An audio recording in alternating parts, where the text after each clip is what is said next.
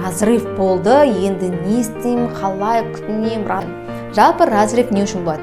Естественно, бұл дұрыс денсаулық техникасын сақтамағаннан болады. Разрывтан кейін ең бірінші орында ұмытып кетпеңіз, обрабатывать ету керексіз. Жабысып тұрған нәрсе бізде ажырап кетеді. Когда разрыв іштен де сырттан да болады. Оны дұрыс түкпеуі де мүмкін. Себебі қан кету кезінде процесті тез біту үшін гигиенаны сақтау, обрабатывать ету, және де сіз светіңізді жалғастыру.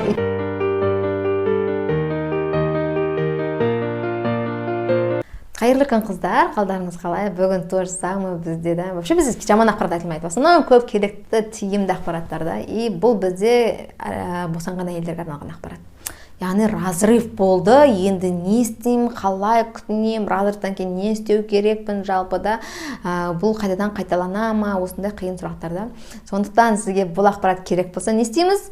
Дұрыс айтасыз. Сіздер сияқты лайк басуды, сіздерден комментарий жазу, басқалармен бөлісу, подписаться етіп, уведомление қойып қою, себебі бірінші көруің үшін да.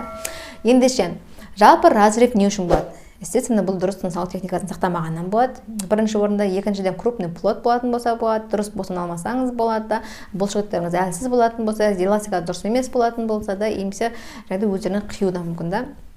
Ендеше дұрыс босану үшін осы әдістер сақтауыңыз керек, воспалениенің өзі дәлшілде болмау керек. Енді разрыв болды, болар іс бітті, уже сізде тікті ол жерде не істейсіз?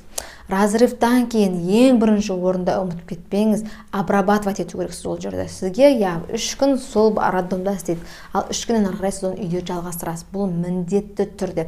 Тым құрығанда просто астыңыз кішкене тұздылау сумен жуыңыз. Прям ештеңе қолдана алмаймын десеңіз да. Себебі ана тұз бізде кез келген нәрсені қатайтып емдейді. Екіншіден, астыңызға свечилар салуды ұмытып кетпеңіз. 3 күн салып сумен бітті деген соң ары қарай жалғастырыңыз. Кемінде 6 күн, максималды 10 күн салуыңыз керек. Міндетті түрде бұл.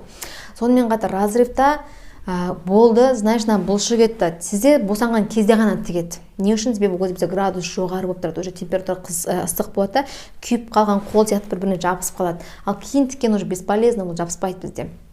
Сондықтан осы жабысып тұрған нәрсе бізде ажырап кетеді, когда біз дұрыс емізбесек, как будто біз ғана босанғандай постоянно баламызды қолымызды айлалап жүретін болсақ, есілді.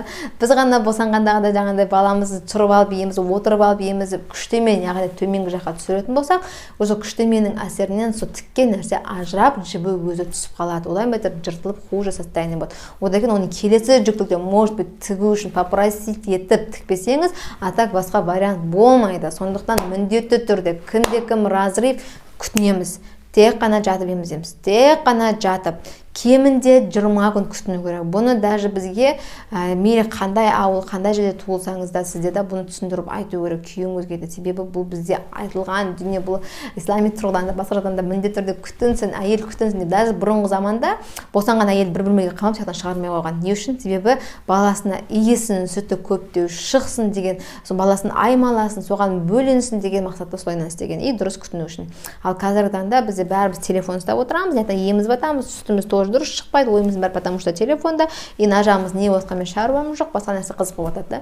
Сондықтан сіздің емшек, яғни сүт бездеріңізбен біздің жатыр бір-біріне связаны. Міне, жатыр дұрыс жиырылады, разрыв дұрыс бітеді. Жатыр дұрыс жиырмайды, разрыв естественно торсам дұрыс бітпеуі әбден мүмкін. Разрыв іштен де сырттан да мүмкін, оны дұрыс түкпеуі де мүмкін. Себебі қан кету кезінде процесті тез біту үшін дұрыс түкпеуі де мүмкін. Сондықтан сіз дұрыс тіксін, тікпесін міндетті күтінуіңіз керек. Бұл бірінші орында гигиенаны сақтау, обрабатывать ету, және де сіз светіңізді жалғастыру, тек қана жатып емізу, күштеме түсірмеу. Осыны дұрыс сақтасаңыз, келесіде әдемі болады. Ары қарай не істейсіз? Ары қарай міндетті түрде жаттығу. Міндетті түрде жаттығу, и ары қарай сіз витаминдеріңіз міндетті түрде ішесіз. Себебі мына тіккен жер не болды? Өлді, тіндер өлді былай айтқанда. Оны қайтадан ояту керексіз, нерв талшықтарын оятуыңыз керек. Қазіргі таңда өте көп бізде шыққан бұл плазма лифтинг әдісі, немесе плазма гель істетіңіз, немесе омолаживание істетіңіз, как профилактика ретінде. И плюс жаттығу. Міндетті түрде жаттығу. Сондықтан да давайте барлықтарыңызға сәттілік, кегіл жаттығуын жасап, дұрыс жасап бастаймыз и өзіміздің денсаулығымызды күтеміз. Себебі сіздің қазір айтқанда түріңізден бұрын ең бірінші керек жеріңіз осы жақ, особенно сіздің ер азаматыңыз үшін. Сондықтан давайте қыздар күтеміз өзімізді. Сіздің денсаулығыңыз тек өзіңізге керек екенін ұмытып кетпеңіз. Ақпарат тиімді болды деген ойдамын.